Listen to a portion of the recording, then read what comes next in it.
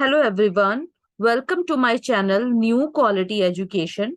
Today we are going to discuss about the brief question answer of chapter 1 when, where and how from history of class 8. So the first question is, what is the relation between a colony and an imperialist country? And the answer is, the country which is ruled by another country is called its colony, while the country that rules is called the imperialist country.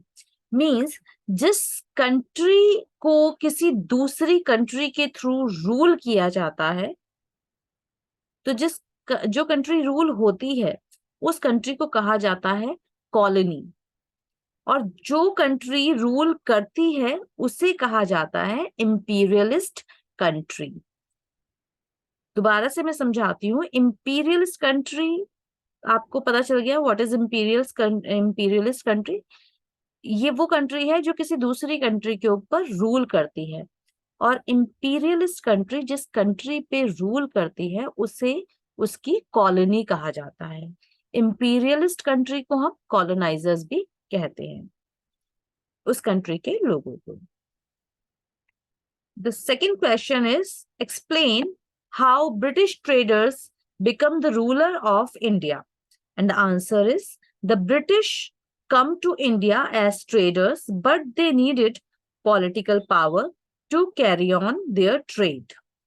तो British जो थे वो India में trading करने ही आए थे, लेकिन अपनी ट्रेडिंग को इम्प्रेसिव बनाने के लिए, उसको ज्यादा बढ़ाने के लिए उनको पॉलिटिकल पावर की जरूरत थी। और जब इन्हें और धीरे धीरे इन्हें पॉलिटिकल पावर मिली भी, so they imposed heavy taxes on the peasants. The Indian goods lost their demands because the market was flooded with imported English goods. तो जब इनको पॉलिटिकल पावर मिली, इन्होंने हमारे जो रूलर्स थे उनसे काफी सारे राइट्स ले लिए थे धीरे धीरे। तो राइट्स जब इन्हें मिल गए तो इनके पास पॉलिटिकल पावर आ गई, और उस पॉलिटिकल पावर का यूज करते हुए इन्होंने जो इंडियन पीजेंट्स थे उनके ऊपर हैवी टैक्सेस इम्पोज किए। और उसके बाद पूरा इंडियन मार्केट जो था वो भर गया था इम्पोर्टेड इंग्लिश गुड्स से। और जब इन्होंने अपने प्रोडक्ट से मार्केट को पूरा भर दिया था, तो क्या हुआ था, इस तरह की कंडीशन आ गई थी कि इनकी मार्केट में मोनोपोली चलती थी, इन्हीं के सामान ज्यादा होते थे। तो उस वजह से क्या है कि हमारे जो इंडियन प्रोडक्ट्स थे उनकी मार्केट में डिमांड धीरे धीरे कम होने लग गई। And the Britishers dethroned the Indian rulers and took advantage of their rivalries. Slowly and steadily, they spread their empire all over the India. तो ब्रिटिशर्स ने जो था, जो हमारे इनके आने से पहले जो हमारे रूलर्स थे, उनको मतलब उनके तख्त से उतार दिया था। कैसे उतारा था कि उनको पता चल गया था कि जो इंडियन रूलर्स हैं उनकी आपस में काफी ज्यादा राइवलरीज हैं। तो ब्रिटिशर्स ने उनकी राइवलरीज का जो है एडवांटेज लिया, उनको आपस में लड़वाया, उन्हें कमजोर बनाया, और फिर उनके ऊपर अटैक करके उनको उनके तख्त से उतार दिया। उनका जो भी सारा राजपाट था वो खुद ले लिया, और पूरे इंडिया में धीरे धीरे अपना ब्रिटिश एम्पायर खड़ा कर दिया। Next question is, how did India become deindustrialized during this period? So the answer is, gradual extension of the British rule and the decline in royal power all over the India led to deindustrialization due to decreased demand. तो जैसे कि हमने question number 1 and answer number 1 and answer number 2 में पढ़ा कि किस तरीके से इन्होंने हमारे जो इंडियन रूलर्स थे उनसे राइट लिए, और मार्केट में अपने प्रोडक्ट्स को जो है पूरी तरह से फैला दिया, जिसकी वजह से क्या हुआ था कि हमारे इंडियन प्रोडक्ट्स की डिमांड बहुत ज्यादा कम हो गई थी। और फिर इन्होंने जो हमारे जो इंडियन रूलर्स थे, जो हमारी रॉयल पावर थी, उसको भी बहुत कम कर दिया था, उसको ना के बराबर कर दिया था। धीरे धीरे तो सब खत्म ही हो गया था। तो ये जो कंडीशन थी, इस कंडीशन की वजह से इंडिया जो है वो डी इंडस्ट्रियलाइजेशन की तरफ बढ़ने लगी, क्योंकि हमारे जो प्रोडक्ट्स थे उनकी डिमांड कम हो गई थी। Question number 4. Give brief detail of the social legislation introduced by the British. And the answer is some significant legislations were passed by the British government. First is banned sati pratha, second is encouraged widow remarriages, and third is prevented child marriages, and fourth is regulated education of girl child. तो Britishers ने क्या किया था कि वैसे तो हमें पता है कि वो जब आए थे तो इंडिया के संग उन्होंने जो भी किया वो बहुत गलत था, लेकिन हाँ कुछ चीजें ऐसी थी जो ब्रिटिशर्स वाकई अच्छी करके गए हैं।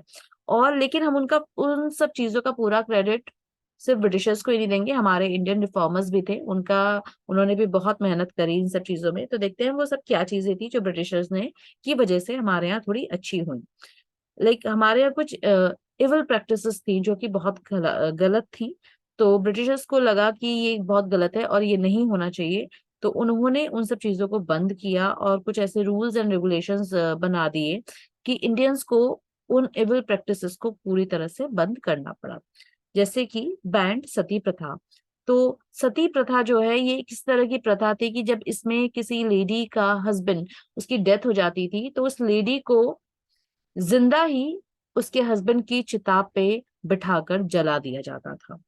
तो ब्रिटिशर्स को लगा कि ये जो है ये बहुत ही गलत तरीका है और उन्होंने इस प्रथा को बिल्कुल बंद करवा दिया। इस तरीके के रूल्स बना दिए कि अगर कोई भी फैमिली इस तरीके की कोई भी हरकत करेगी कि किसी भी लेडी को उसके हस्बैंड की चिता पे जिंदा रख के जलाएगी, तो उन लोगों के ऊपर जो है मर्डर का चार्ज लगेगा। और धीरे धीरे इस तरीके से सती प्रथा जो है वो बंद हो गई।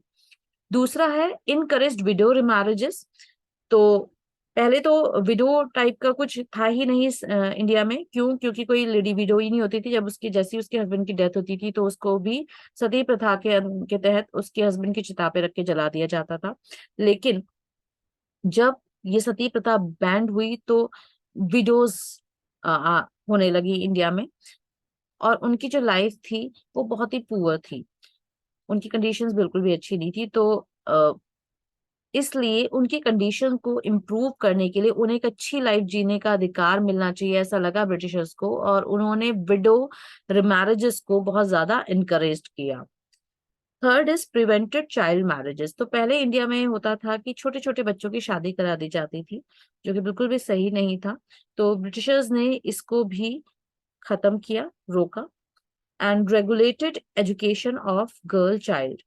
एंड वुमेन एम्पावरमेंट लाने के लिए, एजुकेशन को बढ़ाने के लिए उन्होंने जो गर्ल्स की जो एजुकेशन थी उसको बहुत ज्यादा बढ़ावा दिया, उसको शुरू किया और उसको बहुत ज्यादा इनकरेज किया। तो ये कुछ अच्छे काम थे जो ब्रिटिशर्स ने इंडिया में किए। The fifth question is write a note on some of the films made on the modern period of Indian history. And the answer is films help in the study of modern period. Yes. तो question कह रहा है कि आपको एक note लिखना है जिसमें आपको बताना है कि फिल्म जो है वो मॉडर्न हिस्ट्री को समझने में किस तरह से आपकी हेल्प करती हैं। तो यस, फिल्म्स जो हैं वो मॉडर्न इंडियन हिस्ट्री को समझने में हमारी काफी हेल्प करती हैं।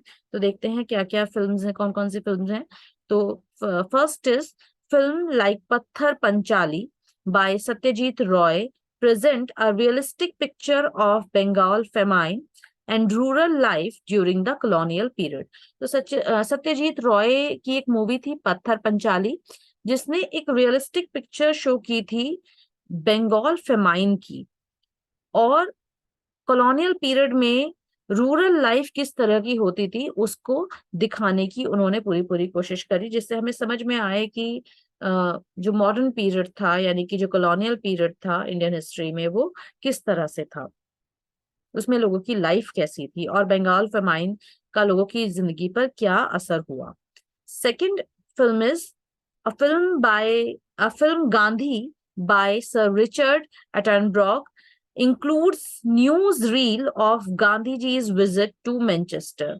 तो ये जो सर रिचर्ड थे इनकी फिल्म थी गांधी, जिसमें गांधी जी की लाइफ को लेके बहुत सारी चीजें जो है उन्होंने इस मूवी में दिखाई, और गांधी जी की जो विजिट थी मैनचेस्टर की उसकी न्यूज रील उन्होंने दिखाई।